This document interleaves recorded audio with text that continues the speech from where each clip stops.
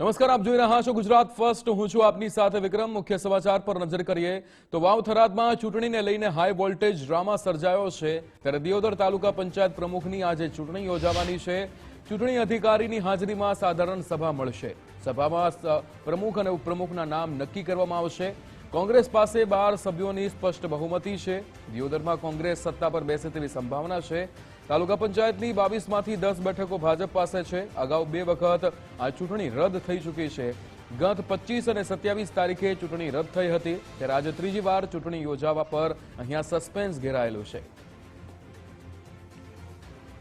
તો દિયોદરમાં કોંગ્રેસ સત્તા પર બેસે તેવી સંભાવના એટલા માટે વ્યક્ત કરવામાં આવી રહી છે કારણ કે અહીંયા 22 સભ્યોની આ તાલુકા પંચાયતની જે ચૂંટણી થવાની છે તેમાં સ્પષ્ટ બહુમતી એટલે કે 12 સભ્યોની બહુમતી કોંગ્રેસ પાસે છે. ત્યારે 10 ભાજપ પાસે પણ અહીંયા સભ્યો છે. પણ હવે શું થાય છે એ થોડીક જ વારમાં આપણને ખબર પડશે. ચૂંટણી યોજાવાની છે. આજે આ ત્રીજી વાર ચૂંટણી યોજાવાની જે તારીખ નક્કી કરવામાં આવી છે, અગાઉ 25 અને 27 તારીખ હતી જે રદ થઈ હતી.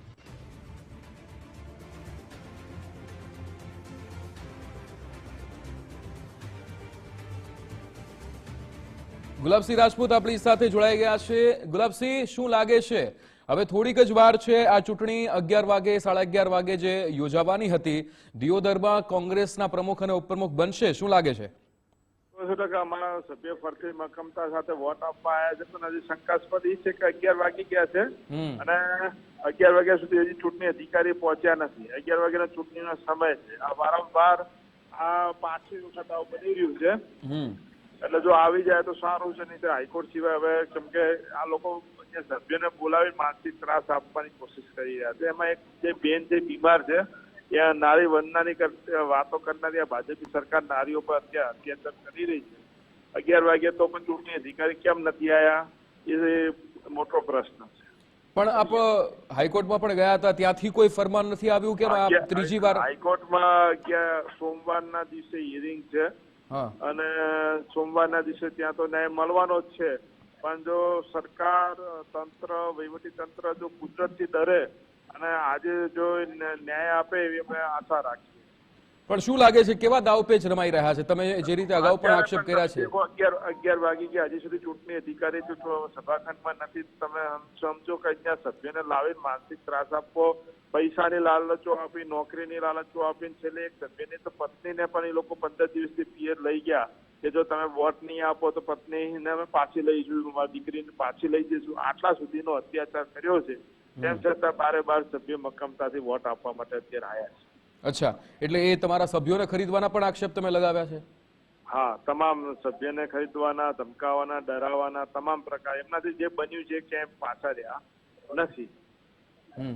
તો ગુલાબસિંહ, શું લાગે છે આ હવે ચૂંટણી આજે ત્રીજી વાર યોજાઈ રહી છે, થશે કે પછી હજુ પણ આગળની ડેટ ઠેલાઈ છે? દેખો, હવે હજી 11 વાગ્યા જેમ પહેલાની જેમ સમય થઈ ગયો નતા આવ્યા, અત્યારે પણ સમય થઈ ગયો, હજી સુધી ચૂંટણી અધિકારી આવ્યા નથી. એટલે કે શંકાસ્પદ છે. કેમ સમય કાઢે છે એ ખ્યાલ નથી આવતો. ગમે તેટલા તમે આજે કરો, મહિના પછી કરો, અમારા સભ્ય અકબંધ છે. 12 ભેગા થઈને વોટ આપવા આવ્યા છે.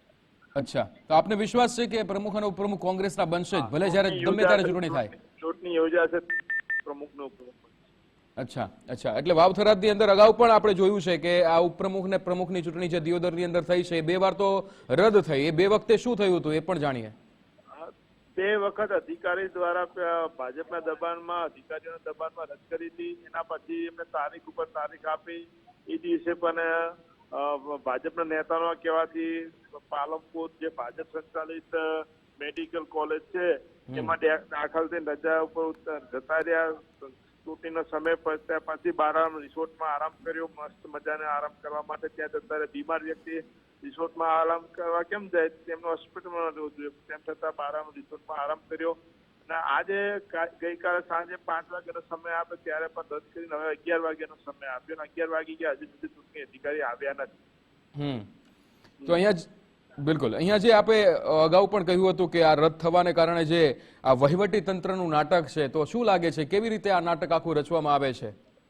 એમના જે આ અધિકારીઓ ક્યાંક ને ક્યાંક ખોટું કામ કર્યું છે. આ જે ચૂંટણી અધિકારી છે એના પત્ની ખોટી રીતે પગાર લીધો છે સરકારી, એનું પણ કદાચ દબાણ હોય, ક્યાંક ખોટી ફાઇલોમાં સહીઓ કરી છે એનું પણ દબાણ હશે, એના આધીન દબાવીને એમની જોડે આ કરાવવામાં આવી રહ્યું છે.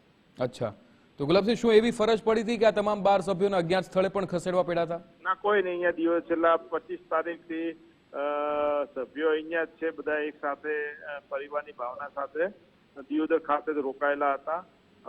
ચૂંટણીના સ્થળથી 5-10 મિનિટમાં આવી શકે એવી જગ્યાએ બધા એક જગ્યાએ રોકાયેલા હતા, એક ઘરમાં.